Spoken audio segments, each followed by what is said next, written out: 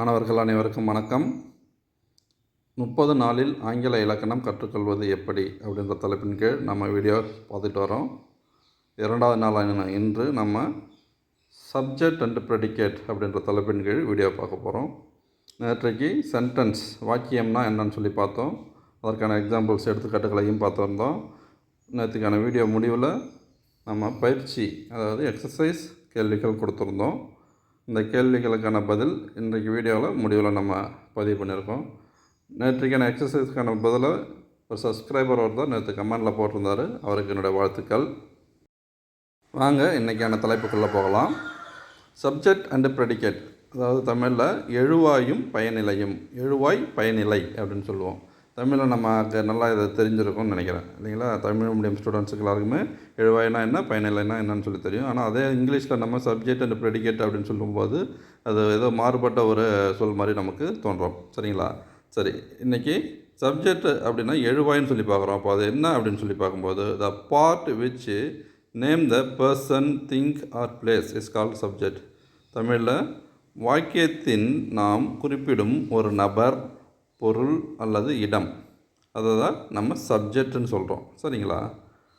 அடுத்தது ப்ரெடிகேட் அப்படின்னா என்னன்னு சொல்லி பார்க்கும்போது the part which says something about the subject is called predicate. எழுவாயை பற்றி குறிப்பிடும் பகுதி ப்ரெடிகேட். இதை இன்னும் கொஞ்சம் விளக்கமாக நாம் பார்த்தோம் என்றால், ஒரு வாக்கியத்தை 2 பாகமாக பிரிப்போம். அதுதான் சப்ஜெக்ட் மற்றும் ப்ரெடிகேட் என்று பார்க்குறோம். சரிங்களா? அப்போது சப்ஜெக்ட்னால் என்ன அப்படின்னா, ஏற்கனவே பார்த்த மாதிரி பொருளையோ நபரையோ அல்லது ஒரு இடத்தையோ குறிக்கும் சொல் சப்ஜெக்ட் ஆகும். சரிங்களா? அதுக்கான எக்ஸாம்பிள்ஸ் பார்த்தோம்னா கதிரவன், ட்ரீ, சென்னை. அப்போ கதிரவன்ன்றது ஒரு பேர், ட்ரீன்றது ஒரு பொருள், அதாவது ஒரு திங், சென்னைன்றது ஒரு இடம். சரிங்களா? இந்த மாதிரி விஷயங்களை குறிக்கக்கூடியது தான் சப்ஜெக்ட் அப்படின்னு சொல்லி பார்க்குறோம். மேலும் இன்னும் கொஞ்சம் ஆழமாக அதை பார்க்கும்போது எதை பற்றி இல்லை யாரை பற்றி என்பதற்கு பதிலாக வரும் விஷயம்தான் இந்த சப்ஜெக்ட் அப்படின்னு சொல்லி பார்க்குறோம். அதாவது ஒரு சென்டென்ஸில் எதை பற்றி நம்ம பேசுகிறோம், அப்படி இல்லைன்னா யாரை பற்றி பேசுகிறோம், அந்த சென்டென்ஸில் சொல்லப்படுகிறது அப்படி என்பதற்கு பதிலாக வரக்கூடியது தான் இந்த சப்ஜெக்ட் அப்படின்னு சொல்லி பார்க்குறோம். என்ன மாணவர்களே, புரியுதுங்களா? நான் எதோ புரிஞ்ச மாதிரியும் இருக்குது, ஆனால் புரியாத மாதிரியும் இருக்கா? வாங்க இதுக்கான எடுத்துக்காட்டுகள், எக்ஸாம்பிள்ஸை நம்ம பார்க்கும்போது உங்களுக்கு தெளிவாக புரியும். Colombo is the capital of Sri Lanka.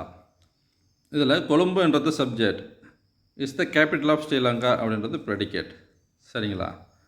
அதாவது போன ஸ்லைடில் பார்த்த மாதிரி எதை யாரை அப்படின்ற ஒரு கேள்வி இந்த சென்டென்ஸ், இந்த வாக்கியத்தை பார்த்து நம்ம எழுப்பினோம் அப்படின்னா அதுக்கு வரக்கூடிய பதில் தான் நம்ம என்னன்னு சொல்லி பார்த்தோம், சப்ஜெக்ட் அப்படின்னு பார்த்தோம். இந்த ஸ்லைடில் பார்த்தோன்னா யார் எதுன்னு சொல்லி கொடுத்துருக்கோம். அதாவது ஒரு வாக்கியத்தில் சப்ஜெக்டை கண்டுபிடிக்க நாம் யார் அல்லது எது என்ற கேள்வியை கேட்க வேண்டும். அவற்றிற்கு விடையாக வரும் வார்த்தையே அந்த வாக்கியத்தின் சப்ஜெக்ட் ஆகும் அப்படின்னு சொல்லி பார்க்குறோம்.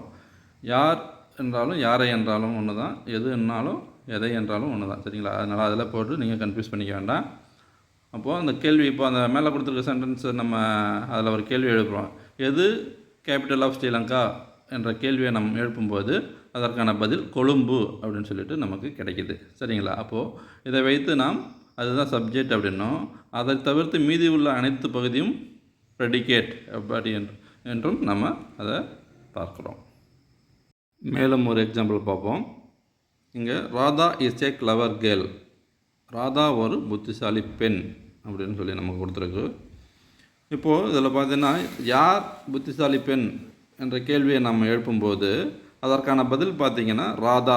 இந்த வாக்கியத்தில் குறிப்பிடப்பட்டு இருக்கிற நபர் அவங்க தான் பார்த்திங்கன்னா ராதா என்று பார்க்குறோம். எனவே ராதா தான் சப்ஜெக்ட் என்று நம்ம இதில் நம்ம குறிப்பிடுறோம். மீதி உள்ள இஸ் ஏ கிளவர் கேர்ள் என்பது எழுவாயை பற்றி, அதாவது அந்த ராதாவை பற்றி குறிப்பிடும் பகுதியாக தான் இங்கே நமக்கு காணப்படுது.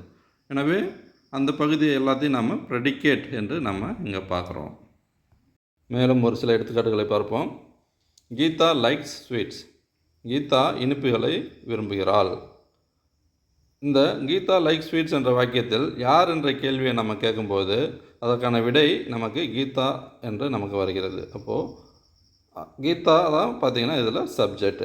மீதி உள்ள லைக் ஸ்வீட்ஸ் எல்லாமே ப்ரெடிகேட் அப்படின்னு சொல்லி பார்க்குறோம். சரிங்களா? நம்ம 2-3 எடுத்துக்காட்டில் பார்த்துருக்கோம். தெளிவாக உங்களுக்கு புரிஞ்சிருக்குன்னு நம்புகிறேன். ஒரு வேளை புரியலைன்னா நீங்கள் கமெண்ட் செக்ஷனில் பதிவு பண்ணுங்கள். ப்ரெடிகேட்னா என்னென்னு பார்ப்போம். அதற்கான ஒரு சில விளக்கங்களையும் எக்ஸாம்பிள்ஸையும் அதாவது எடுத்துக்காட்டுகளையும் நம்ம பார்க்க போகிறோம்.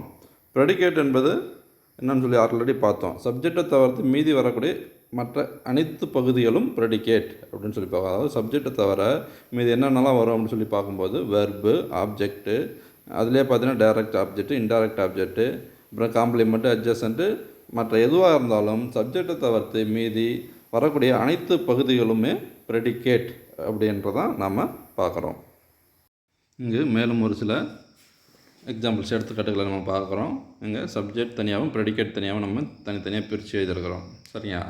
இதில் இந்த ட்ரெயின் அரைவ்டு லேட் அப்படின்னு பார்க்குறோம். அப்போது இந்த சென்டென்ஸை பார்த்து நம்ம ஒரு கேள்வி எழுப்புகிறோம். எது லேட்டாக வந்தது?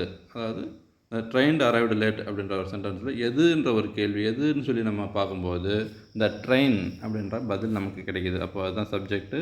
அதை தவிர்த்து மீதி உள்ள அனைத்து பகுதியும் ப்ரெடிகேட் அப்படின்னு பார்க்குறோம். இரண்டாவது பார்த்திங்கன்னா தே ஹாவ் வீடியோடு த ஃபங்க்ஷன். யார் ஃபங்க்ஷனை வீடியோ எடுத்தாங்க அப்படின்னு சொல்லி நம்ம ஒரு கேள்வி எழுப்பும்போது தே அவர்கள் என்ற பதில் நமக்கு கிடைக்கிது. சரிங்களா? மூன்றாவதாக the house over there is my uncle's. எந்த ஹவுஸு எந்த வீடு அப்படின்னு சொல்லி நம்ம கேட்கும்போது த ஹவுஸ் ஓவர் தேர் அங்கே இருக்கிற வீடு, அந்த வீடு அப்படின்ற ஒரு பதில் நமக்கு கிடைக்கிது. அப்போது அது சப்ஜெக்ட்டு.